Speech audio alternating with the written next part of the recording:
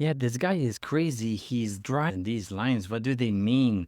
Those lines are the frontier between the buyers and sellers. This is what guides us. Should we buy Tesla stock or not? Yesterday was the Tesla investment day, and Elon's compensation package that was overturned by a Delaware judge has been reinstated. So Elon can make $50 billion if he reaches certain thresholds. So this is a great news. Elon will stay with Tesla, blah, blah, blah, blah. This is great news. This is fantastic. So based on that news, you could have said, okay, I'm going to buy that stock because this is great news. It's all positive and everything. But what brings the stock price up is not news. It is the balance between the buyers and sellers. Are there more buyers versus sellers? If so, the price of the stock is going up. So this is why we are drawing these lines on this channel, because these lines tell us what sellers are thinking and also what buyers are thinking. And if we look at this right here, let's look at this line right here at 194.35. 194.35. If we go back to January of this year, Tesla stock was hardly above 194.35. It would come close, come down. Yes, there's a little bit of an exception right here. But aside from that exception, when it tries to go higher than 194, it comes down, it comes down, it comes down. So this is a pattern. So the tug of war between the buyers and sellers is being lost by the buyers at 194.35. The buyers cannot push the price higher. And they want the price to go higher because they want to buy low and sell high. So they need to have the price go higher, but it does not go there. So this is why we are drawing these lines, because we have identified since the beginning of the year, we have been aware of that line. And that line has been working for 5 months now. So for 5 months, it has been working. Yes, there's a bit of an exception, but then the price went back. So basically, it's like there was no exception. So right now, we are going to buy back into Tesla when Tesla stock price is going to go higher than 194.35. This is going to mean that the market has changed, that buyers need to buy over 194.35 to get a Tesla share, because the sellers are no longer selling. While the sellers are selling, the buyers don't have to ask a higher price. They don't have to pay a higher price because the sellers are pushing the price down and the buyers can just pick up what they want to pick up. And what we try to do is that we try to invest or trade into a stock for it to go higher right away. We don't like $2 cost average from when Tesla was at 415 down to right now. We should not dollar cost average, in my opinion, when a stock is going down. And it's pretty easy to see, we can draw one line and we see that it cannot cross that line. And this one is a diagonal line. It does not cross it.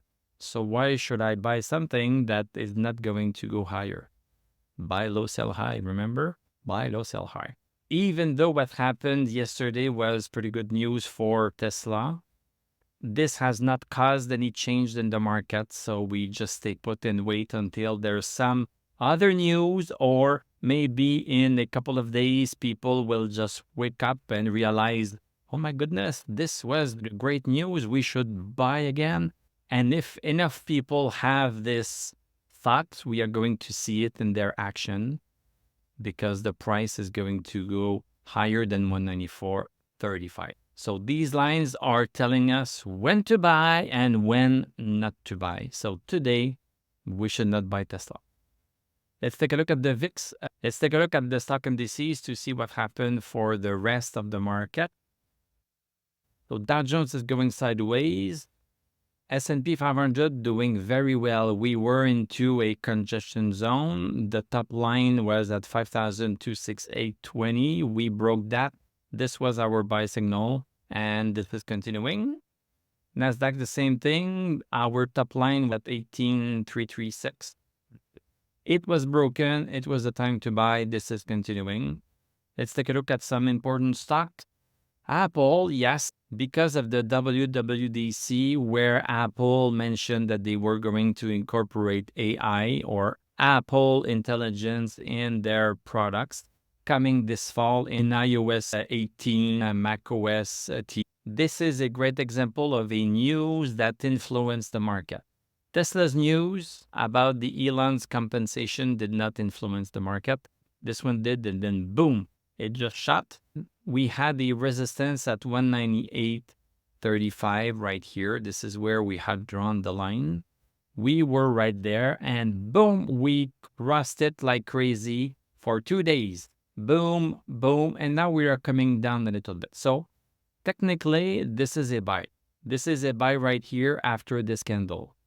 But the stock market is always going up and down like this. And when we have a break of a line that's a little bit too far away, there's a chance that some short sellers are pushing it down in the short term. So you can buy at this price. You could have bought in the morning of Wednesday, June 12th. You could have bought there. But there's a little bit amount of risk. So what I prefer to do when there's a big break like this that goes far away, I just wait a little bit to try to see if it is going to come down a little bit. And if it comes down a little bit, either retests 198.35 or retests this bullish channel support. So maybe at around 201.